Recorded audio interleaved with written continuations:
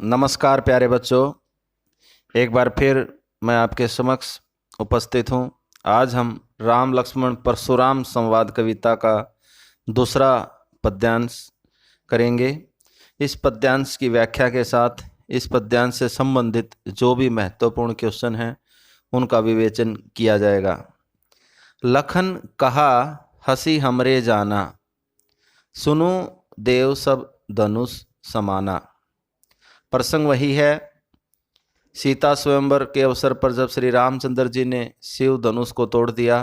शिव धनुष टूटने के उपरांत परशुराम जी घटनास्थल पर पहुंचते हैं और वहाँ जो संवाद होते हैं उन संवाद के बीच लक्ष्मण जी परशुराम जी को अब कुछ संबोधित कर रहे हैं।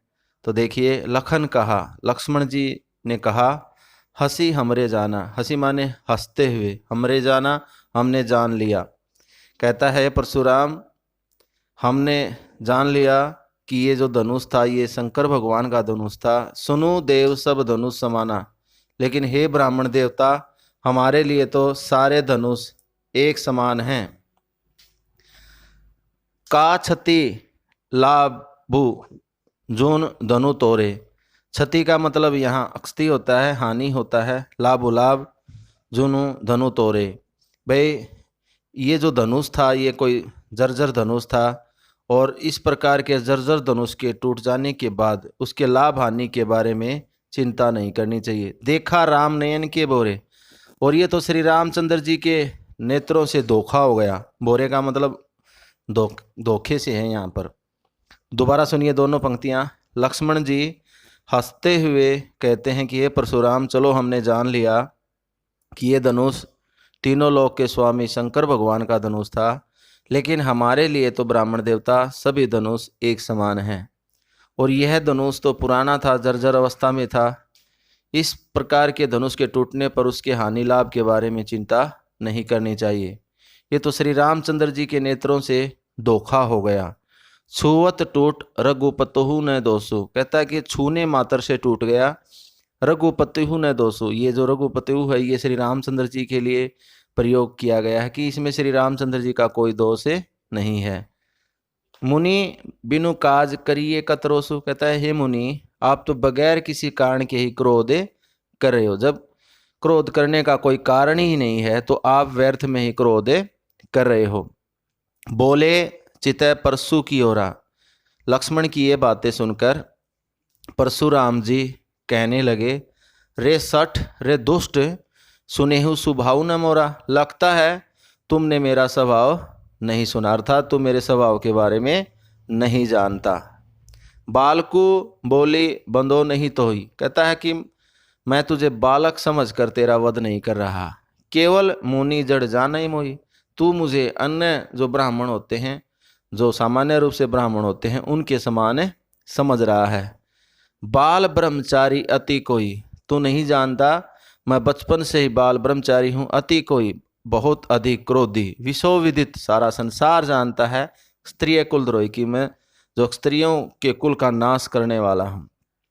बाल ब्रह्मचारी अति कोई, विश्व विदित स्त्रीय कुलद्रोही कहता है कि मैं बचपन से बाल ब्रह्मचारी हूँ, बड़ा क्रोधी हूँ और सारा संसार इस बात को जानता है कि मैं स्त्रियों के कुल का नाश करने वाला हूँ, मतलब उनका दुश्मन हूँ।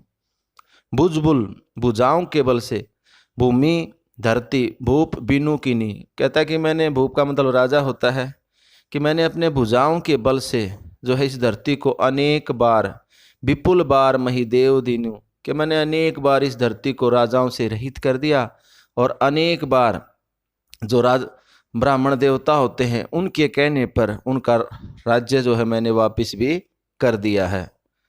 सहस भाव छेद निहारा, परशु बिलोकु महिप कुमारा, पीछे से इस पंक्ति का अर्थ समझ में आएगा।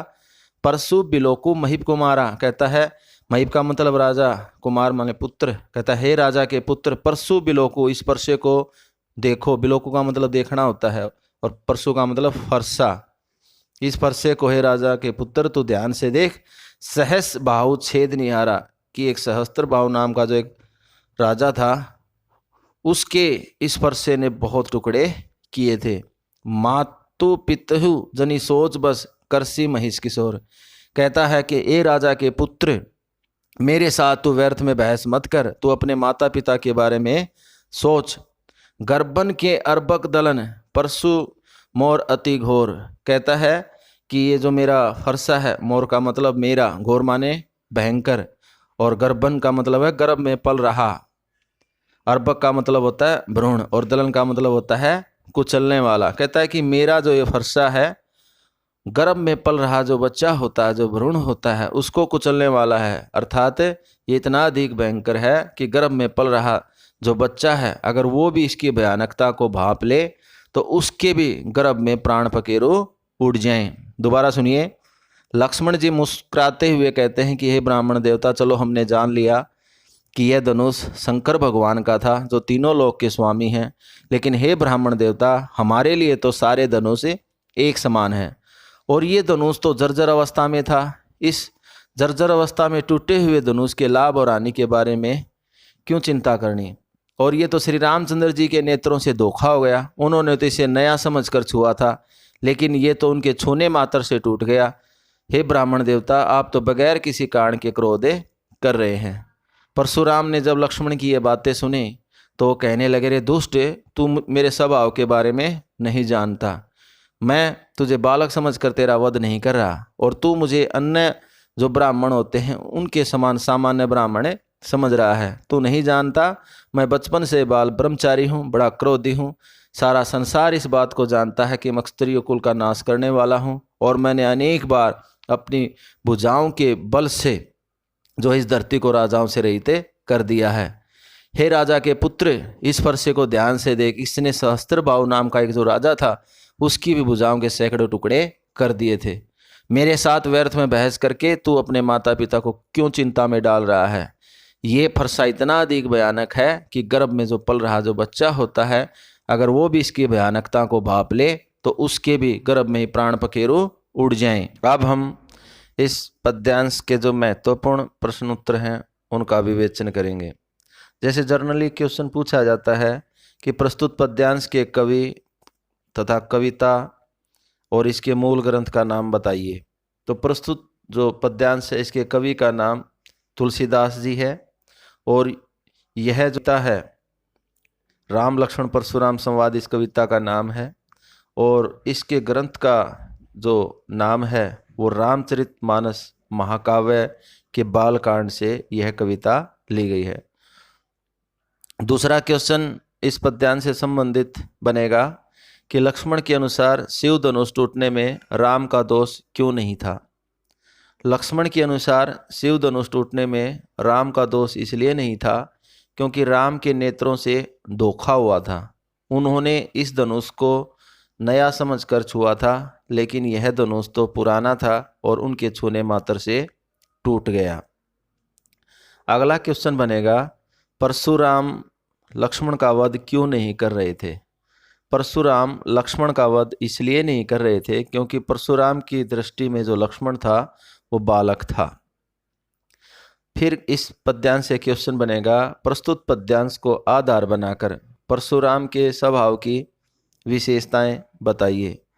जो परशुराम था वो क्षत्रिय कुल द्रोही था, बाल ब्रह्मचारी था और बड़ा वीर था। उसने अनेक बार इस धरती को जीतकर ब्राह्मणों को दान में दे दिया था, या ब्राह्मणों के कहने पर इस धरती को वापस लौटा दिया था। परशुराम ने अपने फरसे की क्या विशेषता बताई। परशुराम ने अपने फरसे की विशेषता बताते हुए बताया कि ये फरसा बहुत भयानक है। इसने जो है सहस्त्रबाहु नाम का जो राजा था उसकी भुजाओं के भी सैकड़ों टुकड़े कर डाले थे, और ये फरसा इतना अधिक भयानक है कि गर्भ में पल रहा जो बच्चा होता है, यदि वो भी इसकी भयानकता को भांप ले तो उसके भी गर्भ में ही प्राण पखेरु उड़ जाएं। अन्य जो महत्वपूर्ण जो क्वेश्चन बनेंगे, जैसे कला पक्ष से रिलेटेड है, लखन कहा हंसी हमरे में है वर्ण की बार बार आवर्तीय कहानी, यहाँ पर अनुप्रास अलंकार का प्रयोग हुआ है। काज करिए तीसरी जो पंक्ति है, इसमें जो कै वर्ण आया इसमें भी अनुप्रास अलंकार का प्रयोग हुआ है।